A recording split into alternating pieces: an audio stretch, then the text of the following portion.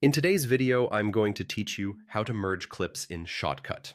By the end, you'll know exactly how to place your clips, apply the right filter, and fine-tune the settings so the background disappears cleanly and your subject looks natural. First, make sure you have two clips ready, one recorded against a green screen and another that will serve as your background.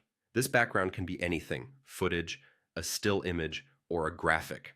For the smoothest result, it helps if both clips share the same resolution and frame rate, but it's not strictly required. Open your project and place both clips on the timeline.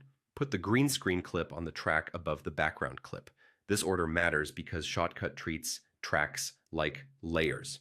The top clip is what you'll see first, and when we key out the green, the background on the lower track will show through. Think of it like stacking transparent sheets. The top sheet is your subject, the sheet underneath is your scene. Click to select the green screen clip on the timeline so any changes you make apply to it. Now go to the filters panel and click the plus icon to add a new filter. From the list, choose chroma key, simple, and apply it to the selected clip. This filter tells Shotcut which color to make transparent, effectively cutting out the background from your subject. Once the filter is active, look for the distance slider in the controls. Slowly move this slider until the green disappears and your subject remains sharp. Make small adjustments and watch the edges carefully. Hair, hands, and other fine details tend to show problems first. If you push the slider too far, parts of your subject might start to vanish or look patchy. If that happens, pull it back until the edges look clean again. Uneven lighting on the green screen can make this process more sensitive, so take your time. Preview at full size to judge the edges accurately and ensure there's no green spill lingering around your subject.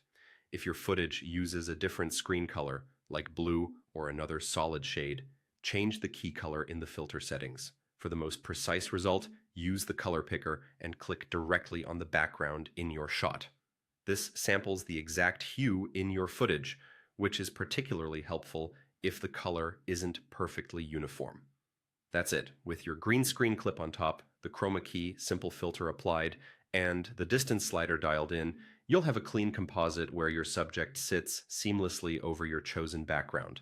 If this helped, leave a comment, hit like, subscribe, and turn on notifications so you don't miss future tutorials. Thanks for watching, and I'll see you in the next one.